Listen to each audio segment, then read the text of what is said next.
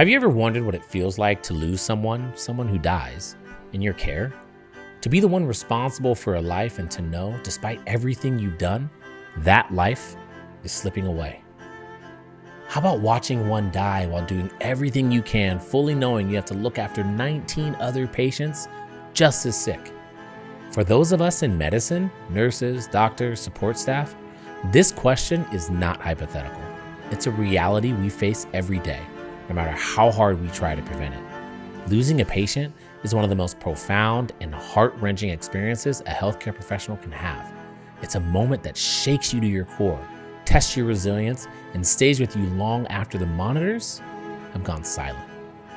It's in these moments of vulnerability that we find the heart of medicine, the part that's raw, real, and undeniably human. Welcome to the Health Exchange. Thank you for joining me. I'm Dr. Jay Rutland and my co-host Savannah Shiles for today's emotional episode.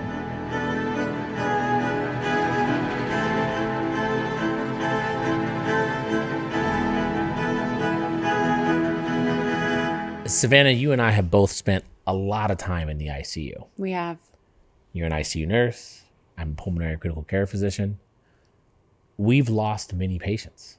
We've lost hundreds of patients.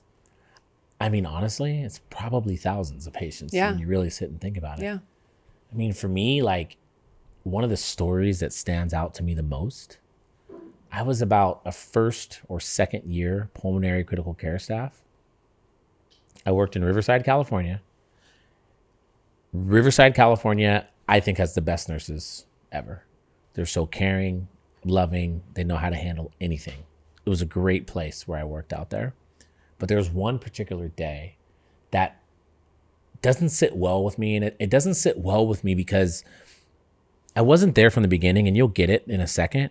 But I did have to complete the story, which was really, really difficult at times. It was a 44-year-old male who was found basically down dead at home in his bed.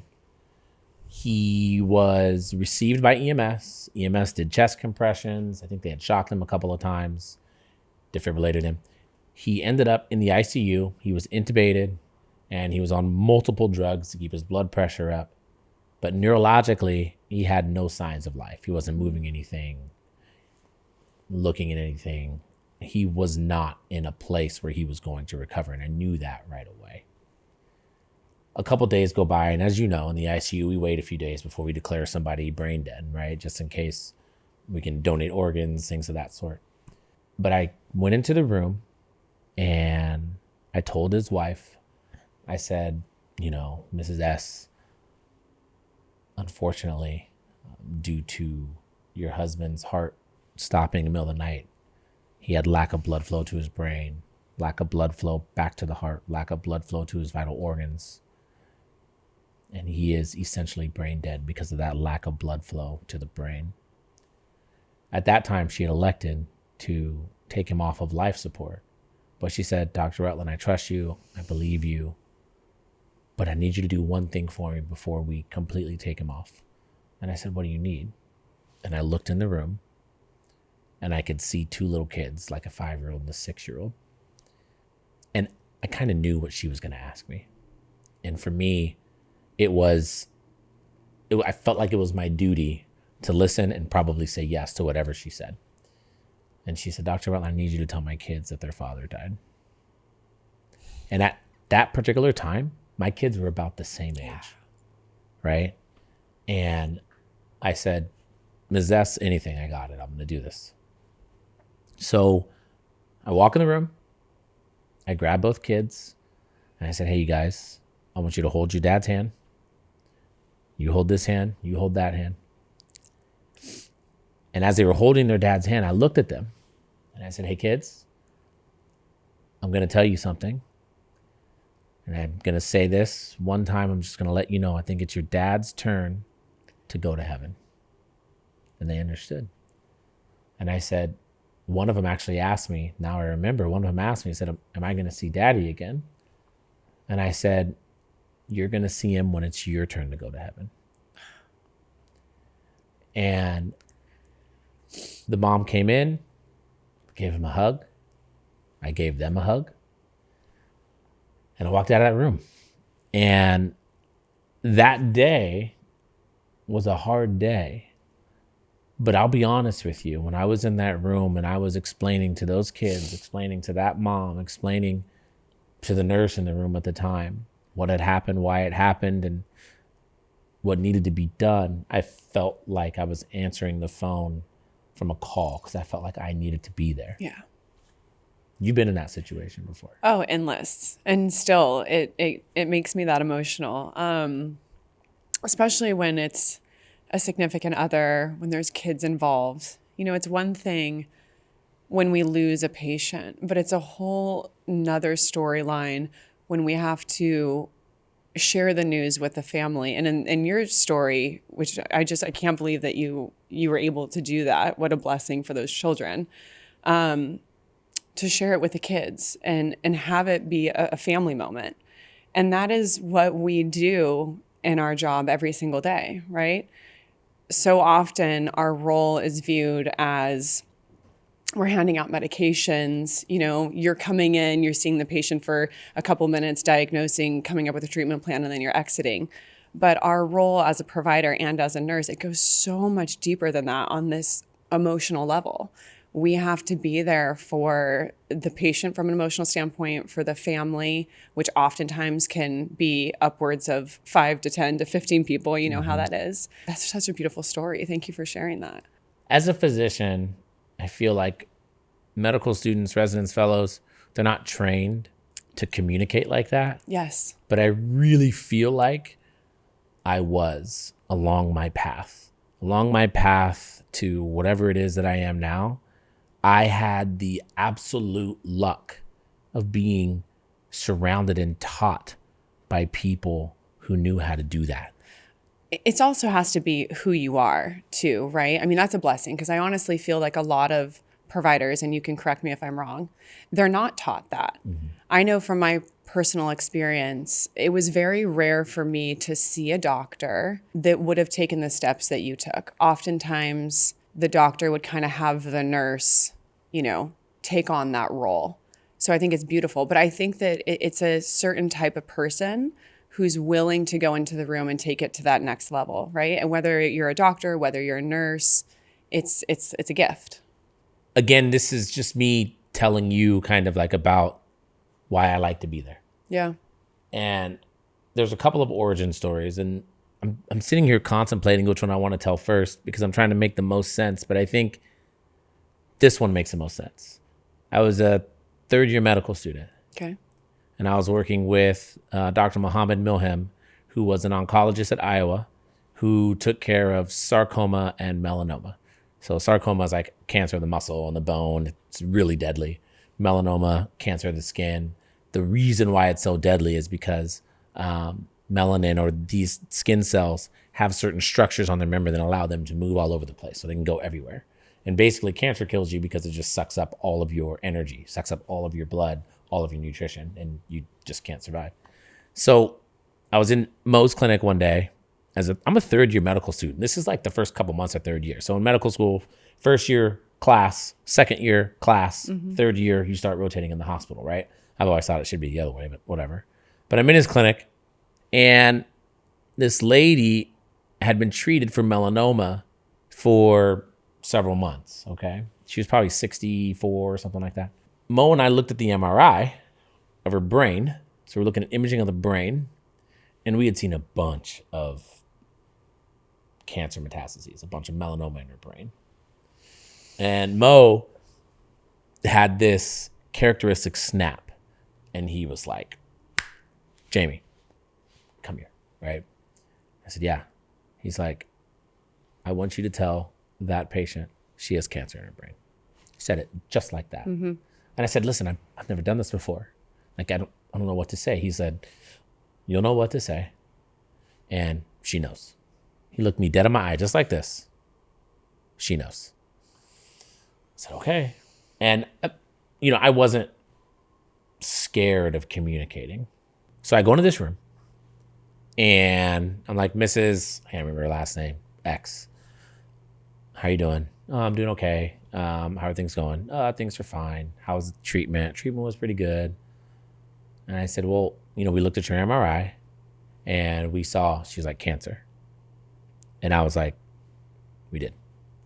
And this wasn't a story of loss. Because right when I said we did, Mo walked in.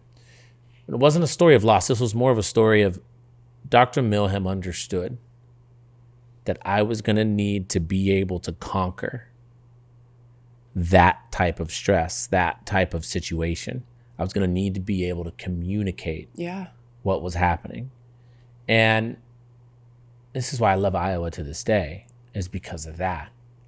And again, I was lucky. I mean, part of it is, the luckiest person is usually the one that's working the hardest, putting themselves in that position or whatever. But still, like, he put me in that position to communicate with his family member. And it was, I don't know, it was just an opportunity. Do you feel like you saw those same opportunities from your attendings when you're in residency? Would you say your colleagues are getting that sort of? So I stayed at Iowa for residency. So I was there for medical school and I was there for residency. So I did see those opportunities. But when you're a resident, or even a fellow for that matter, there's a way where you can escape things like that if you're not comfortable. That's true. And I just was comfortable. I mean, I think I did like 4 or 5 months extra of intensive care unit when I was a resident, just because I loved it. And every girl in my class got pregnant. And so I was the one that took their ICU month, right? So, which was fine. Like, I had no problem with it. So I don't know. But I also say, like, my first year of medical school, and this story might get me, okay? So bear with me here. My first year of medical school, my grandfather, who was my dad, that was my father in my life. I was with my granddad every day of my life. He picked me up from school, came back to his house, 1261 35th Avenue, and I would eat dinner, whatever, right? And I would go to his house every day. And my first year of medical school, he saw me get into medical school. I wrote down that I wanted to go to medical school, put it on his refrigerator. It was slapped on his refrigerator when I was 10 years old, and it was there until he died. Like, it was there. But he died in my first year of medical school. I was on the Ped Mall in Iowa City, Iowa, which was a very fun place. And we were out. It was a Friday night. I get a phone call, and it was my Aunt Terry on the phone. She said, Jamie, your grandfather's going into the hospital. Say some words to him. I said, Granddad, I love you. Please take care of yourself. And he had a small bowel obstruction. Went to the operating room. My grandfather smoked for like 60 years, right? So he had really bad emphysema, which is dead lung. So when you're on a ventilator, when the ventilator's doing all the work for you, like, you just kind of get used to it. Your lungs are like, well, I can chill, right? So anyway, so a month goes by. He's in the hospital for a long time. My mom had come out to Iowa to come see me. She had given me a card that he wrote me before he got sick. And the card read, let me hear from you from time to time. Remember to speak softly and quietly. And it also had this passage. It was like, to him that hath shall be given, to him that hath not shall be taken away, even that which he seems to have. I still don't know what it means to this day. But he gave me this card. And my mom asked me if I wanted to go home at all while he was in the hospital. No, I didn't want to go home. The funeral came in early December that year. This is 2005, because he died 11/27/05. And I didn't go. My girlfriend at the time in Sacramento went. Thanks for going, by the way. And I didn't go. So at that point in my life, I thought that you would go to funerals and all that for, them to go be there. And I thought my grandfather would want me to continue studying. So I just continued studying and didn't go to the funeral. And I remember flying back home one time, and I wrote this like 5-page thing, and I just wrote it to my grandfather, and I just said, dear granddad, and I just wrote everything that he meant to me. And at that moment, I knew that I wanted to experience what my family did, which was be at his bedside when he died. Anytime somebody is dying in the ICU, I want to communicate with the family. Good. I want to talk to the family. And the reason why I do that is because I am constantly chasing a bedside that I'm never going to catch because I didn't go to his bedside. But it motivates me to be there like every single day. And it motivates me. And I think to myself when I'm talking to family, what would I have wanted to hear if I was in that room? Yeah. Like being at the bedside of somebody who's dying is literally the opportunity of a lifetime. It is. It really, really is. Because you get to hear about their life if they can talk and if they'll, talk about things. But it's, well, just for even the patient and the family, it's closure. It's beautiful closure if you make it that way. I have a story about that. So I've seen hundreds of patients that have passed away, but the last patient that passed away before I left the ICU, I was 9 months pregnant with my first baby. And I had this patient, I'm working 12, 14-hour shifts. And you oftentimes would see a patient write 2-3 days in a row is how we would do it. So the first day I went in, got assigned this patient. She was amazing. She was so funny. We hit it off. She had her husband there. Her daughter was there. Her son was there. It was a big family. She had an infection. She was sick, but she wasn't that sick, And by the end of that shift, I was pretty confident that she was going to do well. But I went home, and this is the type of ICU nurse that I was. I couldn't leave it, at the hospital. So I'm sleeping, and I'm hoping she's still there in that hospital bed, right? And I'm just hoping that her night goes well. I'm thinking about her, and I get to work the next morning, and I get report, and things had taken a turn for the worst overnight, and she wasn't doing very well. And now she was septic, so the infection was throughout her body.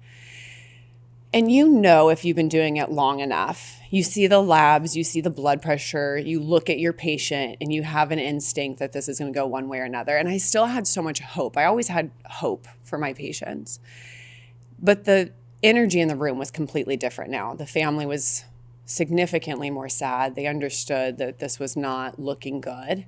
She was still communicating, but I tried really hard to make it a happy day for everyone.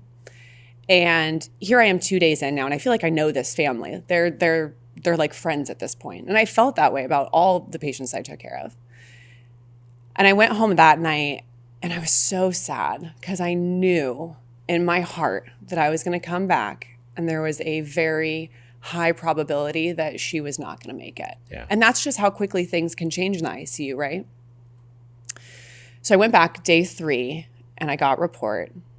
And she was doing horrible. She wasn't going to make it much longer. She wasn't communicating anymore. And it's a calling. And I felt called that this was a patient that I needed to be with when they passed. Though this is someone I was literally laughing with 2 days ago. And I walked in the room on that third day, and the family was hysterical.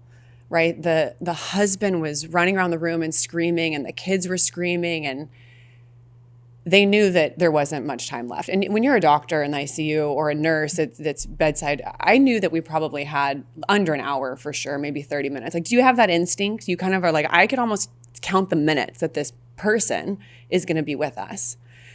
And I was overwhelmed. Here I am 9 months pregnant. I'm like holding my baby belly, and I knew it couldn't stay this way, this chaos, because those last couple minutes are so important. So similar to your story, I walked over and I grabbed everyone's hands. And I'm a very big believer that the last sense that leaves someone before they die is their hearing. And I said, let's all come together around the bedside and let's tell her all the reasons why we love her, and send her off with memories that you guys want to share. And they listened. And in those moments, I think a nurse takes a step back, and I'm watching this unfold. And the whole dynamic had changed. It was soft. It was beautiful. They were sharing their stories. And I knew at this point, you're watching the monitor, right? I knew there was minutes left. And I'm holding on to my belly, 9 months pregnant. I'll never forget it. Because I could feel my baby kicking. And you have this feeling of, how precious life is. I knew I was going to be bringing a baby into the world soon, and I was watching this woman's life end. And that's normal for us when we work in the ICU. Those moments at the bedside, the family, there's something that you cherish forever. If you're blessed enough to have that opportunity to be there. And if you have a provider or a nurse who can change the way that the room feels, there's so much power in that, because this family is going to remember this moment for the rest of their life, right? And so you have this control on this emotional level that I oftentimes don't think that we think about as nurses and as doctors, the impact that we have from that standpoint. It's a moment that like families are going to remember potentially forever. Oh, definitely. And I mean, for me, because of my grandfather dying, I'm constantly chasing a bedside I'm never going to catch. But there are also, there's stories where people die, and those stories are terrible. But there's a couple of stories, and this is, life is so precious, and we all take advantage of it. And I remember, this was like last year. I get a phone call in the middle of the night. It's like 1 o'clock in the morning.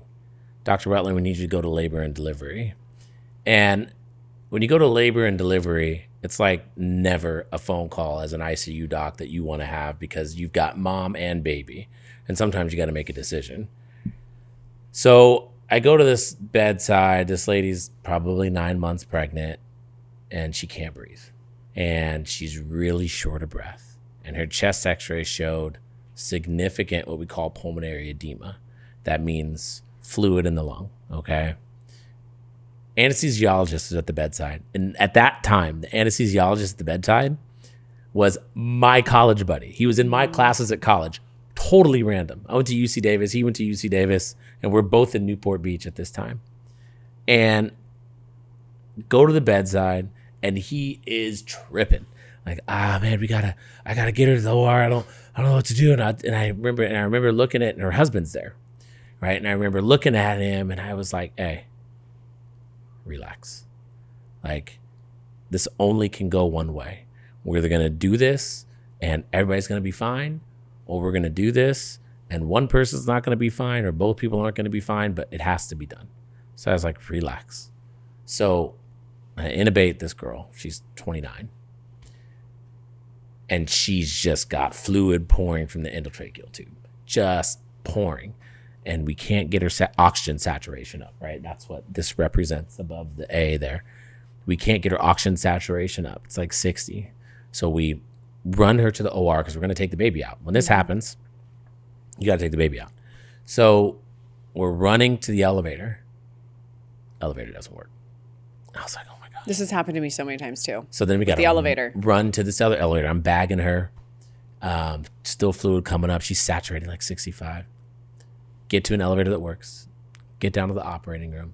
Give me the bronchoscopy. Bronchoscopy is when I take a video scope, I go into the endotracheal tube, and I just suction fluid. So that's what I did, right? I get the bronchoscopy. The obstetrician's down there doing a C-section to get the baby out. Baby comes out. Baby's blue, but then fine. I'm suctioning all this fluid from this lady's lung. Her saturation's improving. Everything starts to kind of stabilize and improve. I mean, this lady almost died, but she didn't. So we get her back to the intensive care unit. Shift's over. Everything's good. I told her husband, I was like, listen, we're not out of the woods, but she's doing okay. We'll see what happens. And you're in professional mode, right? I'm in professional mode. Yeah. Like, I'm not. There's not emotional. I just don't. Like, I don't get super emotional. Ever? No. Because for me, it's like I said earlier, I got to be able to handle somebody dying, not doing well, or handle somebody that's going to die or about to die, and then deal with the person in the next room. I can't have the emotion of it, because I got to be able to handle things, be calm, explain, talk to family, and go from this room to the next room to the next room. And if I got emotional, it would be very hard for me to go from room to room, do the rapid response, go take care of the person in the ER. But How do you not? It's hard. But I'll say this, just to end that story. 2 days later, I'm back in the hospital. I'm like, I'm going to go see how she's doing. I go into the room. She's got her baby. She's smiling and laughing. And I was like, hey. I was like, how are things going? She's like, oh, you're Dr. Rutland. I said, yeah. She's like, yeah, I heard I was really sick the other night. And I looked at her. I said, you have no clue. Like, you know what I'm saying? No idea. Like, just no idea. Yeah. Like, that people get that sick. But I think the reason I don't get emotional, honestly, is for nights like that. When my buddy is sitting there, he's anesthesia. Anesthesia's airway, calm, like deal with emergencies in the operating room. Panicking. And he was just panicked. And I just feel like in that moment, like I can't be that way. And it's so hard because it affects so many aspects of my life because I'm that way. I can't not be emotional. And I hear you, because whether you're the ICU nurse or you're the doctor, you have multiple patients. So you're going into one patient's room that is dying. You're taking care of the family. You're deciding how the rest of that day is going to look, knowing that they're probably going to pass. And then you're exiting that door and walking into the next door. And you have to have a smile on your face. You have to take care of that patient in a completely different manner than the room. And you're going back and forth all day, 12 hours, back and forth through that emotional barrier. But I can't turn it off personally. Like, I couldn't turn off. I could exit the room and go into the next room and, like, you know, Be professional. be professional. There's a balance there. I think that's a gift in itself, is being able to go from having an emotional connection with your patient and family, and then also balancing the professional side of things. But you're saying you just kind of like shy away from the emotional part altogether. I don't even know if it's shy. I just don't get emotional. Is this a you thing or is this a doctor thing? Because I feel like I see it, and I'm not trying to, but I see it in doctors all the time. I've never seen a doctor get emotional with me, but I can't tell you how many coworkers, other nurses, that they've held me and I've held them after a patient dies or a patient codes or, you know, whatever. But I've never seen that with a doctor. I think those of us in pulmonary and critical care, those of us that run the intensive care unit, I think you'll probably find that as a common trait, because we have to be able to move from patient to patient. Now, it doesn't mean that we all know how to talk to people and we all know how to communicate things, but it just means that in terms of dealing with that emotional part of this, like, we try not to have that play at all in our current state. I'm going to be honest, like, it's not hard for me.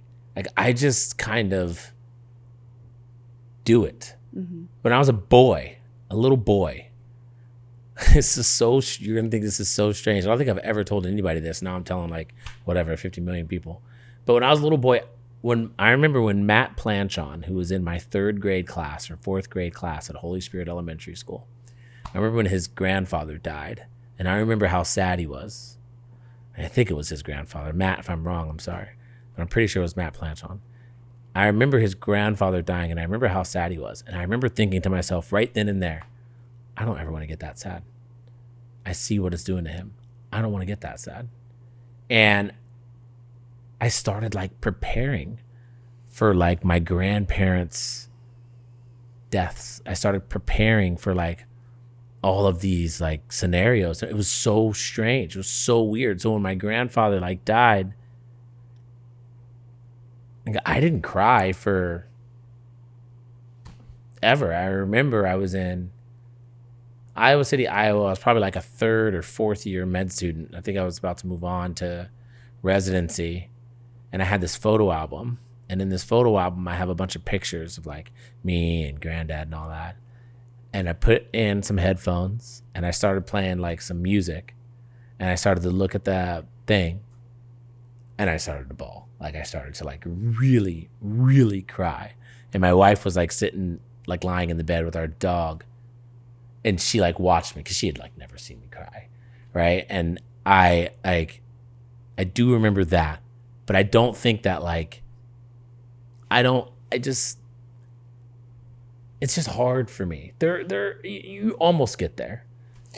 Do you think it's, I don't want to say helpful, but do you think that part of it is that oftentimes is the doctor, you're saying 20 patients, that you kind of go into the room, you give the news, you exit, go into the next room, you give the news, you exit. Do you think that plays a role in comparison to, say, an ICU nurse who's literally going to sit there with that family for the whole entire 12 hours? I think that plays into the role. I've never sat with a family for 12 hours. Yeah. I've sat with a family for lots of hours. I mean, again, I do more communicating than probably you're used to from physicians. I can tell just talking. Yeah. When I go into the room, I do a lot of teaching because I always feel like the ICU is kind of like one of two places. It's like either you knew it was going this way and physicians have told you things, or it's a complete surprise and now I've got to catch the entire family up in terms of medical education in 5 minutes to let them know what's going on with the patient, where they're at, and what their options are and what the prognosis is, right? And so give me my dry erase marker and is there a whiteboard in the room? And I start drawing stuff out and I start teaching. And I just feel like I can't teach emotionally. That makes sense. The only time that I think about as we're having this discussion when I don't get emotional, because definitely those drawn out days or the patient that you're watching get sicker and sicker and sicker is, say, a code.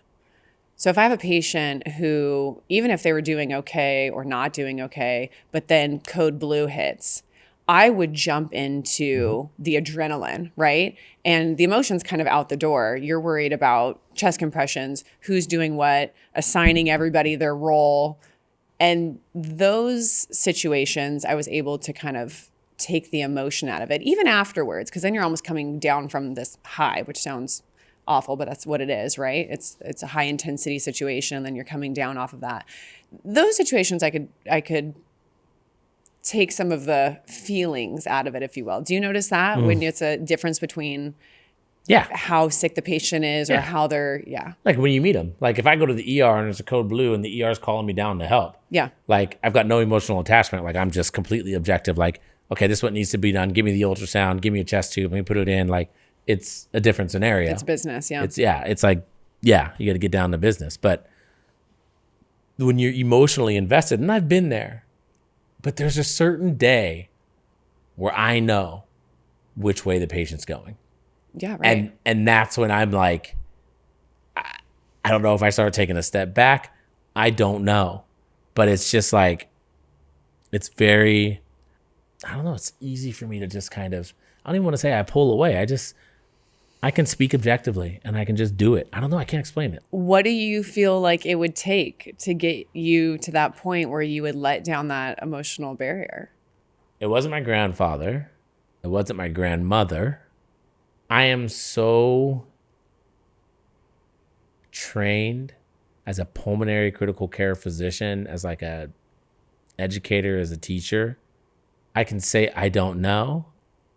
I do know that one day it's going to happen. I remember when Dory got diagnosed with breast cancer, and I had to tell her, because we came home from Big Bear, and she was like, well, just check my chart in Epic and let me know. And so I did. And I had to tell her that she had breast cancer.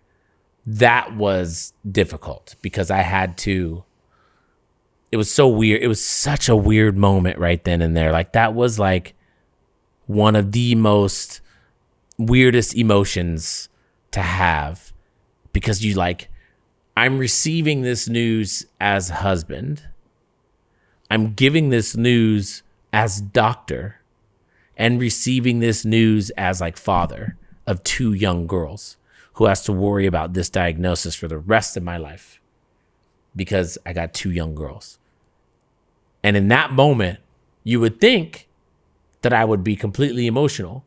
But in that moment, as dad and father and husband, I was, no, you got to absorb it and you got to make sure your family's okay and you got to keep pushing forward. So I don't know. I don't know. I don't know. And there are times where I just break down. There are. There are. When?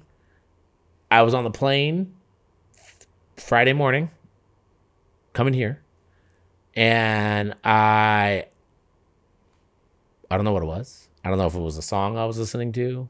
I don't know. But I was on the plane, I was listening to music, and I started thinking about my father-in-law, my stepfather-in-law, who's like my father-in-law, that passed away suddenly over Thanksgiving.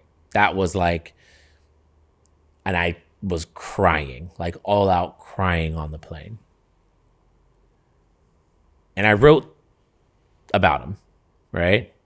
And when I wrote about him, when I write about somebody like that, I usually cut and copy the message and I texted it to my wife, right? Just to let it out, put it out in the world. But like my wife knows I'm so like that, you know, there's not like a whole lot of discussion around it. I just kind of sent it. There it was. So, I mean, You get it out here and there. I get it out here and there, but I don't know.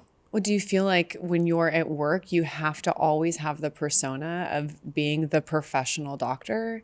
I mean, is Yeah. it frowned upon for you to let down that wall and show some emotion? I don't think it's frowned upon at all. Okay. And you feel like your colleagues would be receptive and Yeah. I don't think it's frowned upon. yeah. I think nowadays doctors are allowed to be that. I think- hope so. Yeah, they're I hope allowed we to all be, are. Yeah, I think they're allowed to be emotional.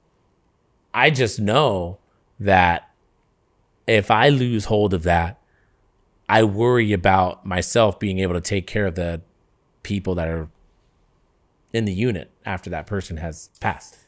I think you should test the theory. I think you should let down your walls with one of your patients and see. I know you well enough that you could show a vulnerable side and walk into the next room and still take care of business, no problem. I don't think I don't show vulnerability.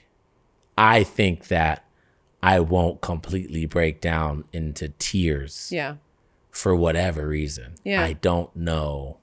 I can't say why. I don't know. Maybe it's some like childhood trauma that I'm not even thinking about. I don't know. And that's okay. You don't have to break down in tears. As long as you feel like you're getting the emotion out, we know that you connect well with patients and their families. So Can be hard though, because sometimes patients are not patients, but their family members are very energetic, I guess. explain. You know, when you have a patient and they're really sick, Yeah. for no one's fault, really. They're just really sick. Or sometimes they have chronic illness, but they haven't told their family that they have chronic illness and they're deteriorating. And you know that they're dying, but family wants to be upset at somebody. So they decide to be upset at you. We see There's- that a lot. Yeah, there's nothing you can do about it. There's an endless amount of stories where family take it out on the nurse or the doctor. You're seeing it a lot on social media right now too. I don't know if you're seeing it, but these nurses that are literally getting trapped in patient rooms because the family's not letting them out because they're angry. And they're like, we're going to take it out on the person who's taking care of our family member. It's disheartening to say the least. It's awful. If you look at our human body, there are vital organs. The vital organs are end organs. They're organs who have a job to do. And the job that they do allows you to live your life. Your brain allows you to think and move. Your heart pumps nutrition all around your body. Your lung takes the oxygen from the air to put it in the bloodstream. Your liver cleans out everything that you put in your mouth, everything that you inject in your vein. Your kidney cleans out everything that runs through your body, and then you urinate. Right? These are the end organs of your body. When these end organs are deteriorating, they're damaging or they're damaged, this is when an illness becomes life-threatening. We have to understand that. And so the way that I always discuss things in the intensive care unit is I always say to my patients, say it's a 77-year-old male who presents to the hospital with septic shock secondary to urinary tract infection, complicated by a history of melanoma managed with interleukin-2 therapy and a new chemotherapeutic agent that he is enrolled in a clinical trial. So you've got a complicated situation, a complicated patient. Patient presents to the hospital. We have all of these comorbidities, all these things wrong with the patient. When a patient is infected with a bacteria, sometimes these bacteria, especially the bacteria that cause urinary tract infections, have things in their cell wall that can cause a massive amount of inflammation, which is really just recruitment of fluid away from the blood vessel. That's all it is. So now your blood vessel doesn't have enough fluid to perfuse the organs that are giving your body life, like your heart, your brain, your lungs, your kidney, your liver. So they get really sick. The one thing you have to remember, besides the fact that you've got all these organs that aren't working very well, is that organs are also 77 years old. That's 77 years of aging. I always say to my patients, you've got 77 years of life experience, right? But that experience matters to these vital organs. Yeah. So when I'm explaining things in the ICU, that's generally what I start with. And then I'll explain their pathophysiology and I'll say, this is a fact. This is not me saying this is a possibility.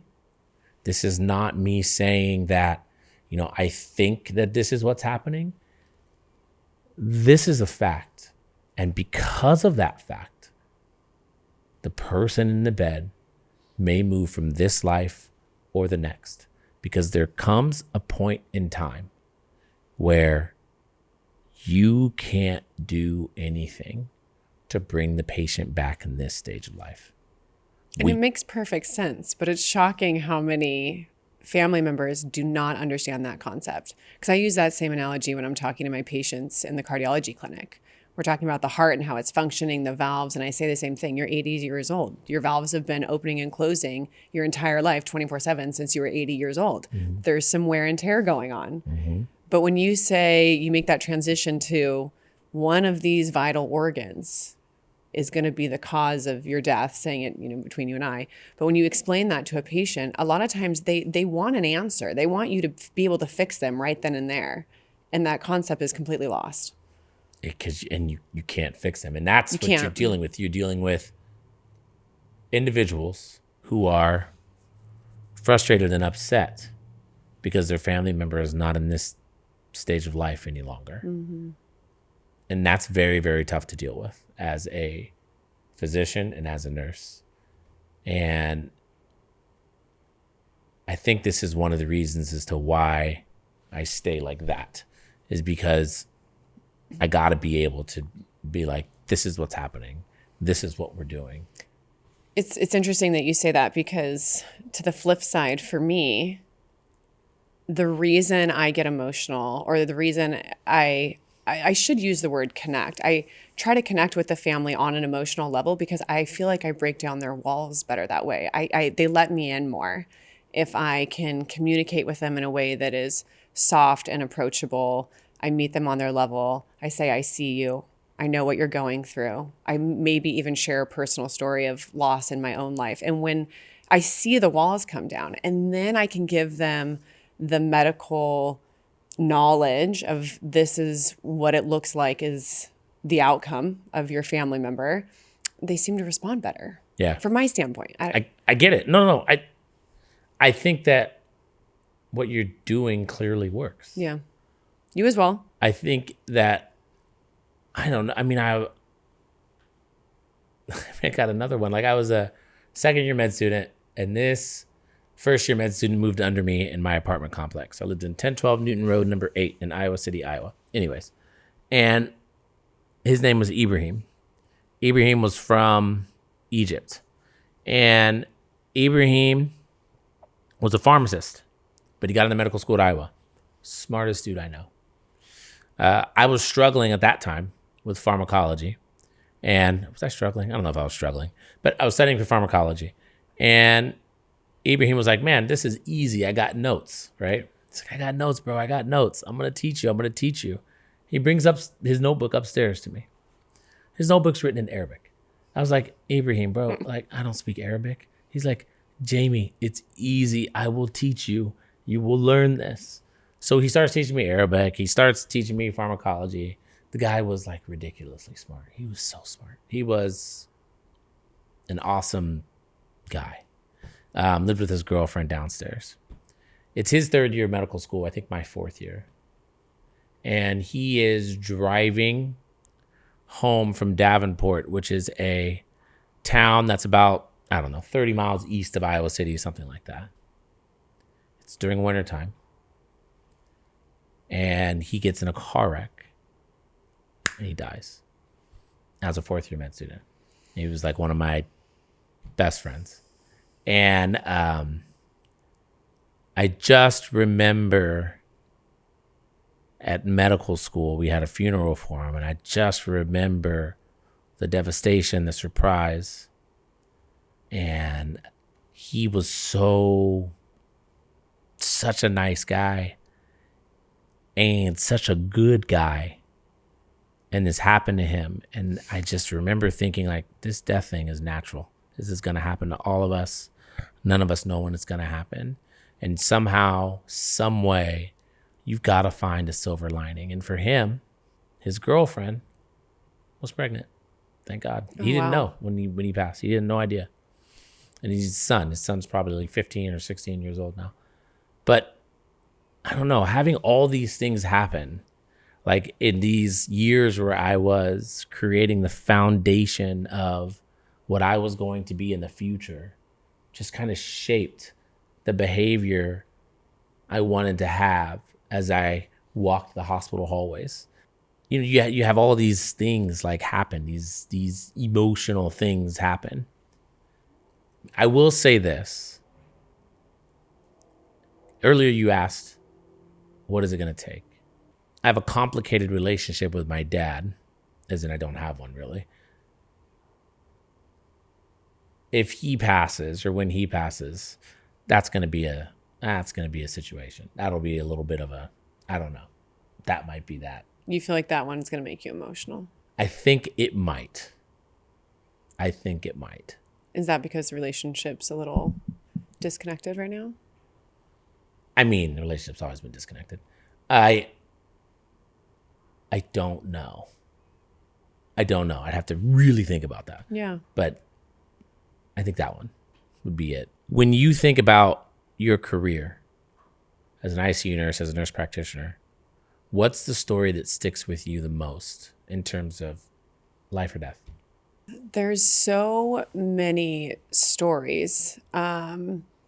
And when you ask me that, I get flooded with, and which is almost crazy. I mean, I can think of just person after person that impacted how I handle death, right? Because even from the first patient that I ever saw pass away to the last patient I saw pass away, that journey has changed a lot.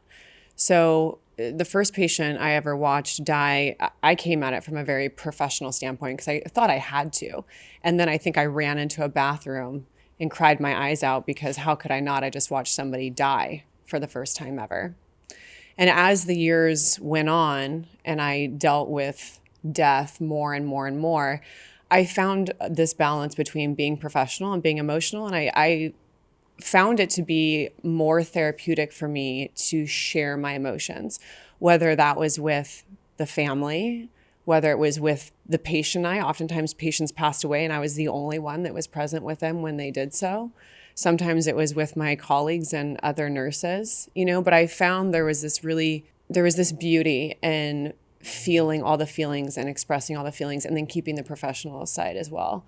One thing that impacted me a lot, and I think that oftentimes people don't think about this, and it might be a little bit of an uncomfortable thing to say, to be honest. The first time that a patient passed away, and mind you, comparable to my story previously, these are often patients that I was communicating with and telling stories and asking them how long they've been married and how many kids they have. And then the next day, they die. If that's not enough, then the next step is you're putting that patient into a body bag, right? And that's like the role of the ICU nurse. And we don't think about that. I can't tell you how many people I have personally put into a body bag. And that is a very very hard thing to do. I want to know about that because I see that. Like, I want to know describe the process. So the patient's on the bed. Okay, watch me cry more, but no, I won't. I'll count. The patient's on the bed. The endotracheal tube is in. Like, what happens? So I have really strong feelings about this. I had an experience, and mind you, I had been an ICU nurse for quite some time. I had a patient that passed away, and the charge nurse came in, and I kid you not, this patient had just taken their last breath. Minutes, less than 5 minutes had gone by. And they were running in there with a body bag to lay it out and get this patient out of the room because we needed the room. And there was just Was family in the room? no family in the room. But even that, I mean, it was like we didn't even give the family much time to mourn, which wasn't always the case. Oftentimes we would. We'd let them stay for 30 minutes, usually not more than an hour, because we had turnover. We had to, we'd have to ask the family to leave. We were so busy in the hospital that we essentially, patient passed away, we asked the family to exit the room. I think the family was hardly walking out the door, and we were like bringing a body bag in. And I lost my shit. Like, sorry to say it, but I lost it because I just couldn't fathom doing anything more disrespectful to a human being than to not take a moment to be present when a person leaves this world. When you say lost your shit, I want to know what you said. You want to really know? I want to know what you said and who you said it to. So I was in a position where I was very well respected. Mm-hmm. So I brought the charge nurse back into the room with my fellow nurses, and I was yelling, and that's not, me, that's not me. But when I get to that place, I will go there. I feel I'm so passionate about patient care, and I'm even more passionate about respecting a family and someone who passes. This is a very emotional, you can hear it in my voice. It's a very emotional subject for me. So when I watched this dynamic take place, there was just no way that was going to happen. So I got my team in there, and I said, no, we're not going to bag this body right now. I mean, it's morbid to say, but that's how we talk in the ICU. This is real, this is what we say. And I said, who wants to stand here with me and grieve for a moment? We're going to do that. And we're going to have the family come back in, and we're going to let that family have their moment. And, the next patient's going to wait. You have to. And everyone understood that, and everybody was on board, and I don't think we ran into that situation again, quite frankly. But to your question, a patient passes away, we let the family grieve for a period of time. And then it's this very sad situation of taking a black bag like you see in the movies and placing it underneath the patient, removing their clothing, removing their jewelry. If you have some respect for the patient, trying to clean them up and make them look presentable, even if it means they're going down to the morgue. And it's the whole thing. You have to tie the tag on their toes and their hands, and you have to write their name, and you have to zip that bag, and you got to close it off. And to do it so much, to have shared conversations with people, it doesn't matter if you don't know them well. If you're a human being and you have those moments with another human being and then you're zipping up a body bag, I think that people forget that ICU nurses do this daily. We do it all the time. And then we go and we see the next patient and we smile and we act like we didn't do that. You're not going to share that with your next patient. You're probably connected with that next patient, and you walk into their room and they're like, "Are you okay?" And you're like, I'm good. Time for your medicine. How are you feeling? How can I take care of you? And you just keep going. And then you go home and you take care of your spouse and your kids and you live your life. And then you go back and you do it again the next day. Did you get to talk about it at home?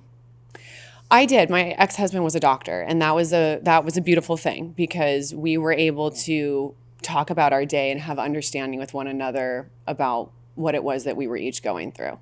So. You felt like that helped with coping a little bit? Oh, yes. It helped very much so. I think you have to have some outlet. I think that's why burnout is so huge.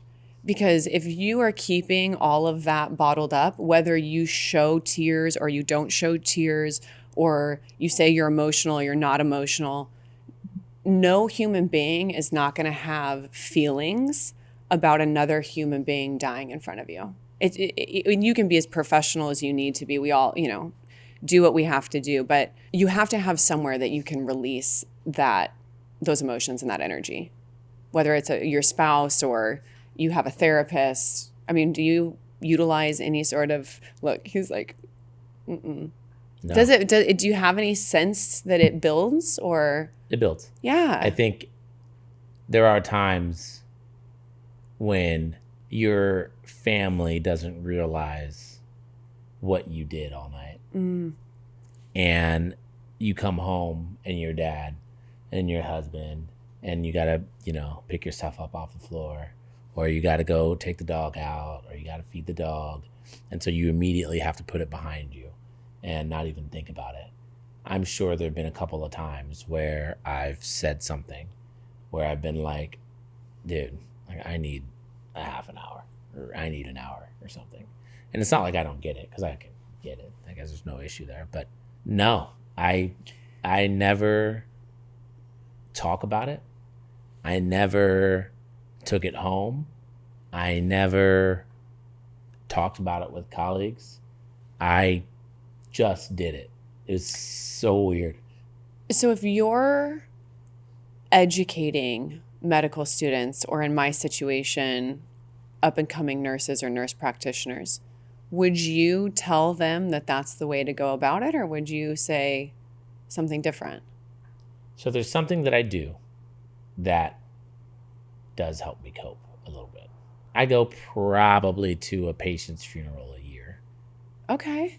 So I think that, and the last one I went to was this like 30-year-old guy, 33, had 2 kids. Like, they were at the time 3 and 1.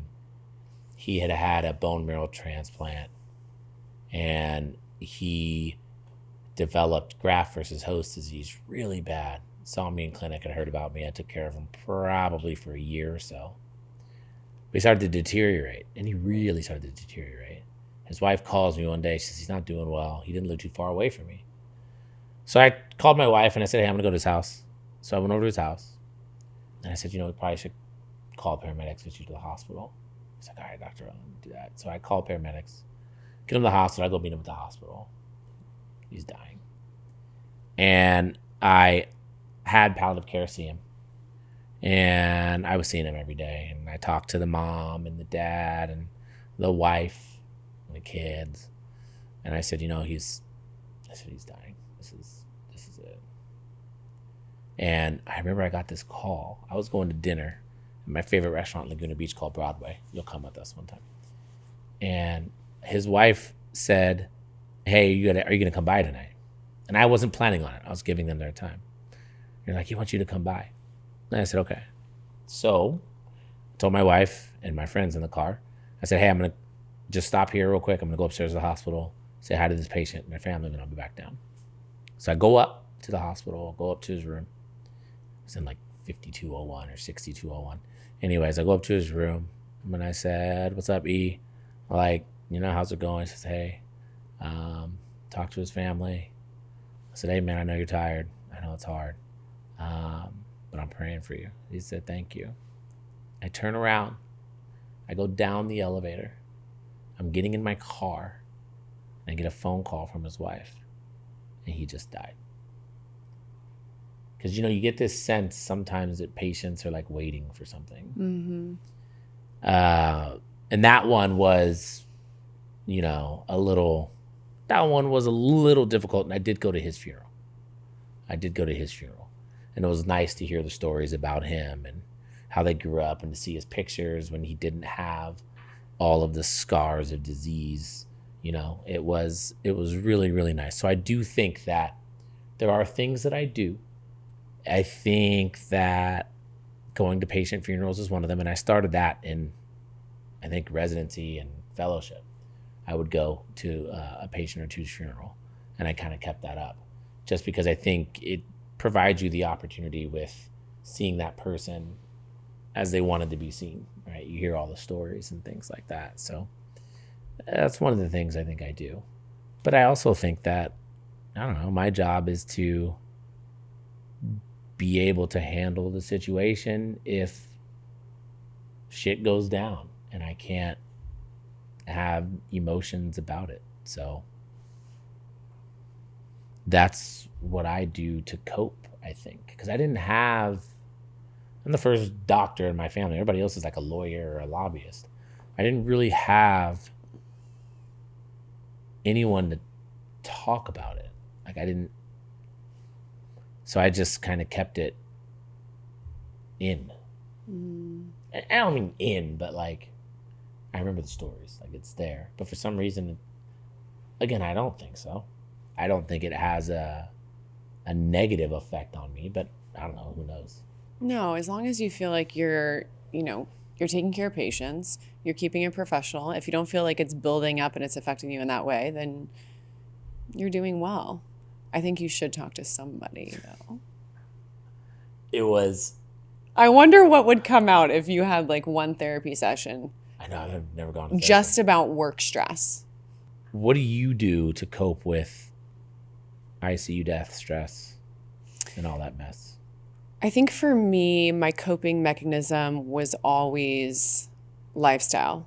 So getting out, exercising was huge for me. That was my place to kind of let it all go. And, I love my yoga and I love my meditation, and it grounds me and it centers me. And then talking to somebody. So the beautiful thing about the ICU, at least where I worked, was there was a great sense of community. And if we had a death that was challenging, we would come together and debrief. And whether that was structured through our charge nurse or it was our friends, like my girlfriends would grab me and say, hey, let's step out for a second. You just went through something really intense. I'm here for you. And it was a beautiful thing. It was natural. We did it for each other all the time. And that's why I was kind of asking you, is that something that you guys ever did? But nurses have this deep connection, especially in the hospital setting, because I think we all understand what one another is going through. So having that community, and then doing my best to not take it home with me. I would think about my patients, but I would try not to let it overwhelm me. Or maybe I would have a conversation with my ex-husband and then let it go and we move on for the rest of the evening. That was my way of making sure that I could continue to do what I was doing on a day-to-day. That's amazing. I'm happy for you and that support system that you had. Yeah, it was good. It was a beautiful thing. We like to end every episode with a positive pulse. Now, this positive pulse, I consider it to be positive, and here's the scenario. It was a 27 or 28-year-old male who had presented to Riverside Community Hospital, and he had a buttocks abscess. An abscess is a collection of bacteria underneath the skin. When you have this collection of bacteria underneath the skin, you need to drain the abscess. The patient had the abscess secondary to drug abuse. He was injecting drugs. So he develops this abscess. He's in the hospital. Surgeon's like, hey, we got to drain the abscess. Patient's like, nope, you're not touching me. I'll be fine. Just give me antibiotics. Okay. Gets antibiotics. Starts to get a little bit more sick. I'm running the ICU. So they call me. And they're like, hey, his blood pressure's a little low. Can we get him in the ICU? I was like, yeah, sure, fine. Comes upstairs. We put him on pressors. Surgeon comes back in and says, hey, we really need to drain this abscess. No. So he gets more sick. Now I got to intubate him, right? So I put him on the breathing machine. I put a central line in, more pressors. And now we're in this situation where it's like, he said no twice, but he's really sick and he's going to die. Yeah. This is like 8 hours later, right? So call his next of kin, his mom and his girlfriend. He has 2 kids, something like that. And they're like, take him to surgery. So we took him to surgery to drain the abscess. Too late.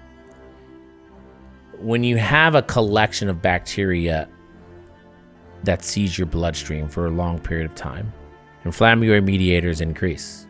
When these inflammatory mediators increase, you get a lot of what we call third spacing. So instead of fluid being in the blood vessel, it's not in the blood vessel.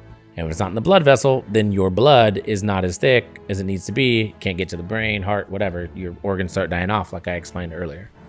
So his organs started dying off, and I couldn't reverse it. It's impossible. And he was going down the tubes, and he was either going to live or he was going to die, but it looked like he was going to die.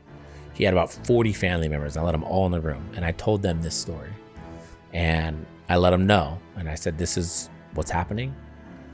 I don't think he's going to make it. This is why. This is what's going on. He was still getting worse, and he was still getting worse, and he was still getting worse. And everybody was getting a little bit hysterical now. Everybody was screaming and yelling. And I said, there's nothing we can do. I'm so sorry. I'm so sorry. And then Grandma shows up, and everybody is just silent. And there's 40 people in this room, and it parts like the Red Sea. And then Grandma walks down this aisle, and she grabs his hand. She whispers in his ear, and she says, "It's okay, baby. It's okay." He died. Now, most people look at that story and they say, it's a negative story. Patient died. I look at that story and say, it's a powerful, positive story of the patriarch coming in, getting everybody to accept and understand what's going on and allow it to happen as naturally as possible. And for me, that's a powerful story. We prayed and we moved on with the rest of our evening. But that for me was something I will never forget. I feel, and I touched on this, I really feel like hearing is the last thing that goes. And oftentimes that's the story where somebody says, it's okay to go. And they do. They just needed to hear it. And then they go. And it's beautiful. Yeah, it is. It really is. I want to say one thing before we finish today. I want to say thank you to you. And I want to say thank you to all the ICU nurses and all the nurses, because when I walk past those patient rooms after patients have passed away, and I see the body bags, and I see the tags, and I see the paperwork, the extension of time of a patient's death, you guys are handling. And I think that's hard. I know sometimes doctors run around the hospital and may not be the nicest, and I'm sure I've been in that position too, but we thank you so much for all the support that you give our patients, but also all the support you give the family. Thank you. Thanks you guys for watching and listening today. We're on Instagram at The Health Exchange. We're also on Apple Podcasts, YouTube, Spotify for The Health Exchange. Get us wherever you get your podcasts every Thursday at 9 a.m. Eastern, 6 a.m. Pacific. We'll see you or be talking to you next time.